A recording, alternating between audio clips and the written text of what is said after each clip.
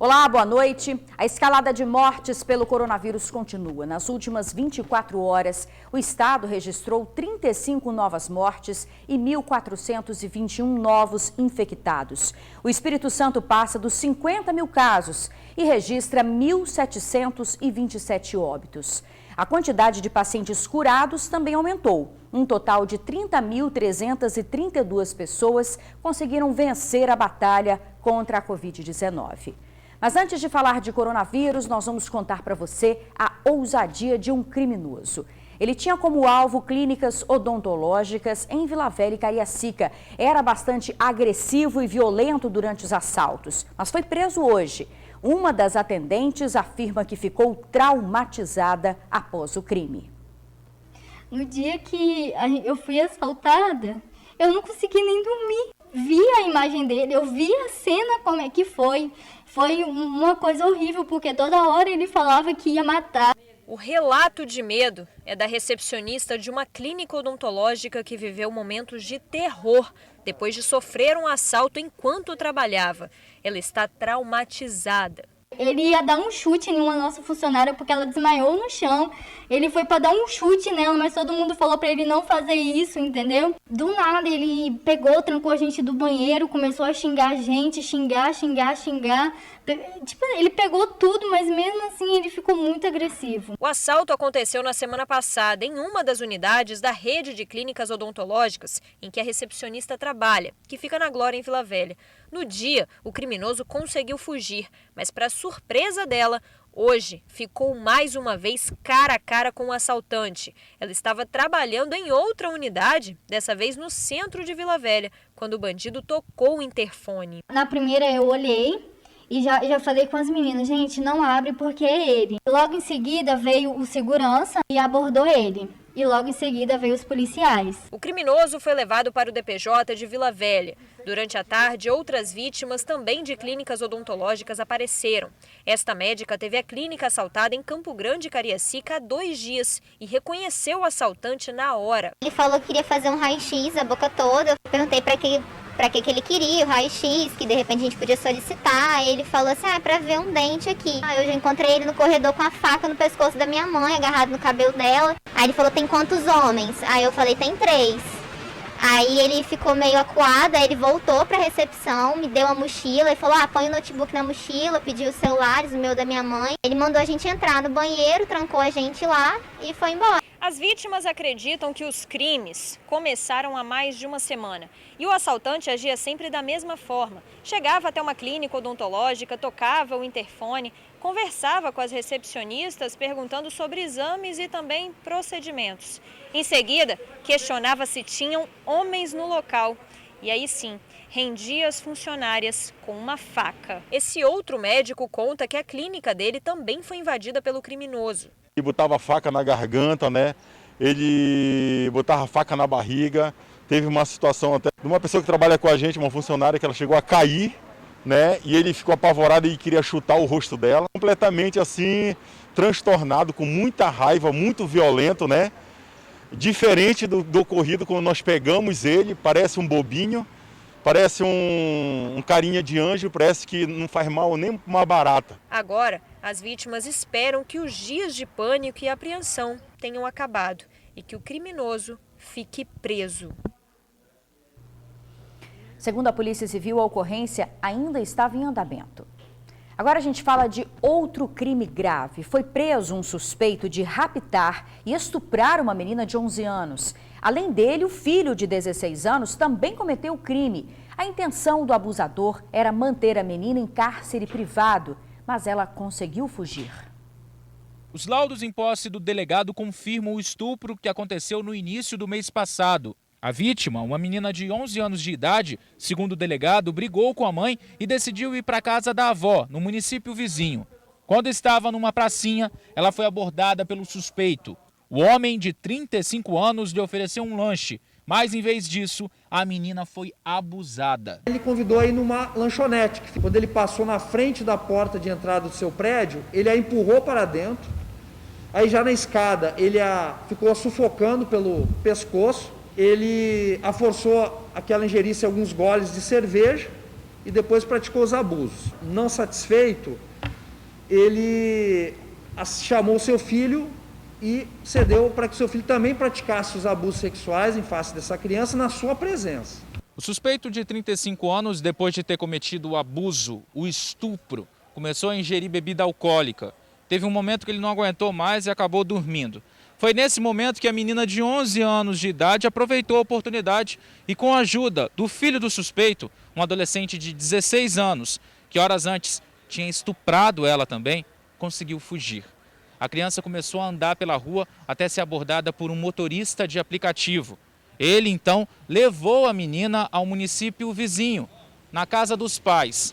Ela, então, foi atendida pelos familiares, amparada por eles e depois levada ao médico, que confirmou toda a violência. Ela foi encaminhada ao DML, foi submetida à conjunção carnal e coito anal, apontou que ela havia mantido relações recentes. A polícia acredita que a ideia do suspeito era manter a menina em cárcere privado e não descarta que o homem tenha estuprado outras crianças. Pela forma como os fatos ocorreram, ele estando numa praça onde geralmente há crianças que frequentam, então nós acreditamos que isso pode ter ocorrido. O envolvimento do adolescente será investigado por outro departamento da Polícia Civil. O responsável pela Delegacia de Proteção à Criança e ao Adolescente reforça a importância de que os pais fiquem atentos. Ao primeiro sinal de abuso, denuncie. É importante os pais, se tiverem notícias, ou desconfiança de algum abuso, que formalize o boletim de ocorrência da DPCA ou na delegacia mais próxima, para que nós possamos prosseguir com as investigações. Olha, o homem de 35 anos foi autuado por estupro de vulnerável, por oferecer bebida alcoólica a menor e por corrupção de menores. Ele pode ficar preso por pelo menos 15 anos. O nome do criminoso não foi revelado pela polícia para preservar a identidade da vítima. Gente, este é um alerta importantíssimo aos pais. Cuidem dos seus filhos para que eles não sejam vítimas de monstros como esse. 5 empresas em Vitória, Cariacica e Serra foram alvo de uma operação do Ministério Público do Distrito Federal contra a fraude na compra de testes de coronavírus. De acordo com o Ministério Público, existem fortes indícios de superfaturamento na aquisição dos testes e também evidências de que marcas adquiridas sejam imprestáveis para a detecção eficiente do novo coronavírus. A operação, chamada de falso negativo, envolve compras emergenciais por dispensa de licitação pela Secretaria de Saúde do Distrito Federal. São apurados crimes de fraude à licitação, lavagem de dinheiro, cartel, organização criminosa e corrupção ativa e passiva. O valor das dispensas de licitação sob investigação é superior a 73 milhões de reais. Os documentos, as mídias e os celulares que foram apreendidos seguem agora para análise. Agora, uma preocupação: a Covid-19 está avançando para o interior do estado. Em Colatina, uma das cidades com pior índice de isolamento do estado, o prefeito promete endurecer as medidas de distanciamento social. O coronavírus está avançando pelo interior do estado. Entre os 7 municípios que lideram o ranking de casos confirmados, 3 estão fora da Grande Vitória: Linhares, Cachoeiro de Itapemirim e Colatina. O município da região noroeste do estado, inclusive, apresenta um dos piores índices de isolamento social, 42,35%. O prefeito da cidade considera esse índice vergonhoso. Antes da gente vencer essa pandemia, a gente está enfrentando a guerra da falta de consciência das pessoas que, além de não se preocuparem com a sua vida, não estão nem aí para a vida próxima. Nós temos que rever realmente esses dias alternados da maneira como está. Não está funcionando em Colatina. Atualmente, a Grande Vitória começa a mostrar uma estabilidade no número de casos. Só que as cidades do interior do Espírito Santo, os casos estão aumentando. Segundo um matemático, nessas cidades, se a gente mostrar uma curva, elas ainda estão no meio do caminho. Ainda, infelizmente, têm o que crescer. A gente percebe que o interior vem uma velocidade, uma taxa de contágio muito alta. E a gente imagina que ainda esteja no meio da ladeira, vamos dizer assim. Ainda tem muita coisa para subir. E é importante as cidades maiores, principalmente, né, tenham muito cuidado nesse momento, porque é o momento mais perigoso, inclusive a fase mais aguda da doença ainda vai chegar. Segundo o secretário estadual de saúde, a expectativa diante dos dados é que no interior as prefeituras adotem medidas mais extremas. Nós temos cidades tanto da região central, da região sul, da região norte, que de fato neste momento os prefeitos estão analisando tomarem outras medidas mais radicais por conta da necessidade da gestão municipal impor medidas mais restritivas em virtude da desobediência civil, do não respeito ao distanciamento social. Agora é oficial, médicos das unidades de saúde de Vitória já podem usar medicações como a ivermectina e cloroquina para tratar pacientes com coronavírus. O protocolo para o uso dos medicamentos já está publicado no Diário Oficial. O médico da Rede Municipal de Vitória pode fazer a prescrição da ivermectina ou da cloroquina nos pacientes do SUS. Nós oficializamos, um protocolo que ele já estava sendo adotado informalmente por quem quisesse prescrever e adotar esse protocolo na conduta médica. Além de oficializar a possibilidade de utilização desses medicamentos no tratamento dos pacientes, o protocolo é uma diretriz para o médico. Entre outros direcionamentos, prevê a assinatura de um termo de consentimento e orienta que o médico explique ao paciente sobre efeitos adversos e sobre a inexistência de garantia dos efeitos positivos. Sim, o protocolo ele é uma diretriz para que o médico possa fazer a prescrição com segurança. A decisão de usar ou não a cloroquina e a ivermectina em pacientes diagnosticados ou com sintomas da Covid-19 é do município. Depois da publicação da portaria com o protocolo de uso desses medicamentos, o município precisa solicitar ao governo do estado. Além de Vitória, outros 15 municípios do interior já fizeram essa solicitação e 10 deles receberam os medicamentos. Agora, os outros 6, incluindo a capital, continuam no aguardo. O uso, principalmente da cloroquina, já é discutido mundialmente há alguns meses. Antes, o medicamento era utilizado apenas em pacientes com quadros mais graves da doença. Mas em maio, o governo federal publicou um novo protocolo sugerindo o uso em pacientes com sintomas leves da Covid-19. Aqui no estado, a Secretaria de Saúde já alertou que a administração da cloroquina em pacientes mais graves levou a sérias complicações cardiológicas. Os médicos dividem opiniões. A questão medicamentosa tem que ser muito bem trabalhada e individualizada para você entender se vale a pena correr o risco por esta aposta, por mais que cientificamente ela não seja já identificada como algo que faz efeito, individualizado no sentido de, hoje, a balança nesse indivíduo eu tenho mais benefício do que malefício. Se isso for verdade, essa aposta pode ser tentada em alguns indivíduos, o que não quer dizer em todos os indivíduos, porque boa parte da população sai sem doença grave, boa parte dos indivíduos graves dessa doença tem doenças graves de coração e talvez não seja benéfico. A seguir, presos 2 suspeitos de participar de assalto à lotérica em Cariacica. Agora imagens para você ao vivo do trânsito ali na Praça do Papa. Nós voltamos em instantes. Foguetórios e rajadas de tiros assustaram moradores dos bairros da Penha, Jesus de Nazaré e São Benedito em Vitória. O barulho e os clarões chamavam a atenção. Os fogos e os disparos seriam uma homenagem ao aniversário de um traficante da região, que inclusive está dentro do presídio desde 2013. Nas redes sociais, comentários sobre a comemoração dos 41 anos de Carlos Alberto Furtado, conhecido como Nego Beto. Ele tem extensa ficha criminal e seria um dos líderes do tráfico de drogas do bairro da Penha. O filho dele foi preso durante uma das operações da polícia no bairro. Operações que, segundo a Secretaria de Segurança Pública, vão continuar. E estão presos 2 suspeitos de participar do assalto a uma casa lotérica em Cariacica. Na ocasião, outros 2 criminosos acabaram mortos. Os jovens de 20 e 22 anos foram presos numa operação conjunta da Polícia Civil e Militar. Foram localizados com a ajuda de denúncias anônimas.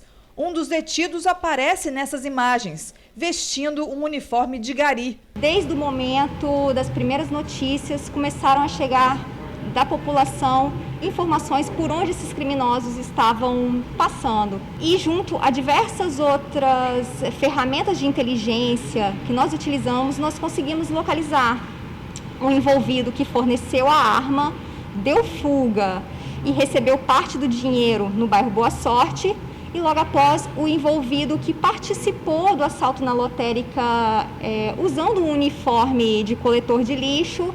O assalto aconteceu na última terça-feira. Os bandidos chegaram ao local no momento em que o dono abriu o estabelecimento. Eles renderam a vítima, que chegou a ser agredida, e fizeram um disparo dentro da lotérica. Um policial de folga ouviu o tiro e, na hora em que os assaltantes fugiam com malote, ele deu voz de prisão. Um bandido reagiu e o PM atirou. 2 suspeitos foram baleados e mortos. Fernando de Jesus, de 28 anos, e Judson Yuri da Silva, de 20. O assalto foi programado por um deles que acabava tomando café numa padaria próxima e visualizava o dono da lotérica chegando com malote, o horário. E por isso eles resolveram esse assalto, inclusive porque um deles estava com dívida do tráfico. Então foi justamente para pagar essa dívida que ele teve essa ideia do assalto. O governo do estado vai assumir a gestão do Hospital Materno-Infantil da Serra. Com isso, a maternidade do Hospital Jaime dos Santos Neves será transferida para lá, liberando mais leitos para pacientes de Covid-19. Natália vive um dilema. O filho dela, de apenas 9 dias, nasceu com um problema no coração. Ela está junto com o filho no Hospital Jaime dos Santos Neves, na Serra. A criança precisa de um cardiopediatra, mas Natália reclama que não consegue. Eu estou aqui até hoje esperando esse cardiopediatra vir. Já vieram 2 aqui no hospital, só que não puderam fazer o parecer devido a diretoria não ter feito a cotação deles. Eles deveriam pensar que a gente está internado num hospital que é referência para Covid. É muito complicado a gente estar aqui. A gente fica com medo de sair, a gente tem que, acompanhante tem que ir em refeitório, almoçar, jantar, fazer as refeições dele. E é um lugar que todo mundo frequenta, então é muito perigoso a gente estar aqui. Como medida para abrir novos leitos para tratamento de Covid, a maternidade que funciona no Hospital Jaime dos Santos Neves vai passar para um novo hospital. O governo do estado confirmou que vai assumir a totalidade do Hospital Materno-Infantil em Laranjeiras, que ainda está em construção. Assim, 60 leitos ficarão disponíveis para quem precisa de tratamento contra o coronavírus no Jaime. Uma forma de contribuir, para o combate ao coronavírus, aumentando o número de leitos de UTI lá no Jaime e trazendo a maternidade para cá, para a nossa unidade. Aqui vai ter um ambiente limpo, sem a preocupação do vírus, sem preocupação, a gente sempre vai ter uma preocupação, mas sem o risco da contaminação, igual ficaria no Jaime, e lá com os leitos específicos para o combate ao corona. Olha, nós entramos em contato com a Secretaria Estadual de Saúde para ter uma resposta sobre o especialista que o filho da Natália precisa, mas ainda não tivemos retorno. No próximo bloco, alerta de ventania e queda de temperatura no estado. Os detalhes em instantes. Agora imagens ao vivo para você do trânsito na Reta da Penha. A gente já volta. Tem aviso de ventos fortes para 37 cidades capixabas. O alerta vale até o fim da noite de hoje. A ventania na costa do estado seria um dos reflexos do ciclone Bomba, que causou destruição e morte no sul do país. Aqui no estado o tempo deve mudar com chuva e frio. Vamos ver o que diz a meteorologista. Aqui no Espírito Santo nós temos agora a chegada das nuvens da frente fria. Vai ventar um pouco? Sim, poderemos ter algumas rajadas aí de até uns 60 km por hora, mas não é aquela ventania assustadora que deu no sul. Essas nuvens também não vão provocar muita chuva. Essa é uma frente fria que ela vai trazer queda da temperatura, vai chover um pouco, especialmente sexta-feira e no fim de semana sobre o Espírito Santo, não é tempestade, tá? Agora, junto com frente fria, vem ar frio de origem polar. E acho que aí a gente tem que ter bastante atenção, porque esse ar frio ele vai entrar também em cima do Espírito Santo e vai causar uma queda de temperatura. E antes da despedida, eu quero, em nome do jornalismo da TV Tribuna, mandar o nosso melhor abraço para o nosso amigo e apresentador do TN1, Jorge Bitt. O George, gente, perdeu o pai dele no início da tarde de hoje, o seu Saíde Chilela, uma vítima do coronavírus. George, Lorena, Dona Ângela, Heitor, que Deus conforte essa família linda e tão unida. Força, amigo, viu? O seu Saíde sempre teve um orgulho enorme do profissional que você se tornou e do filho amoroso que você é.